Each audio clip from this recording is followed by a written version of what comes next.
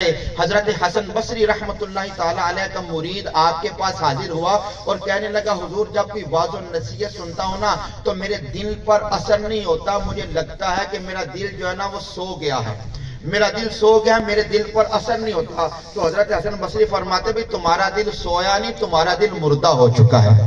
آپ نے فرمایا دل مردہ ہو چکا ہے، کیونکہ اگر سویا ہوتا نا دل تو وہ ذرا سے جھنجھوڑنے سے جاگ جاتا، ذرا سا جھنجھوڑا جاتا وہ دل بیدار ہو جاتا۔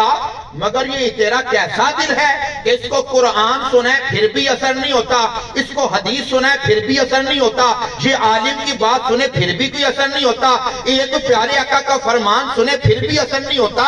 لگتا ہے تیرا دل نیند میں نہیں، تیرے دل کی روح نکل چکی ہے۔ میرے دوستو قبل اس کے کہ ہمارے دل مردہ ہو جائیں، اپنے دلوں کو دین کی طرف لے کے آئیں، رب کے فرمان کی طرف لے کے آئیں، نماز کی طرف لے کے آئیں، محبت مصطفیٰ کی طرف لے کے آئیں، قرآن کی تلاوت کی طرف لے کے آئیں۔ رب کریم دونوں جہانوں میں شان عطا فرما دے۔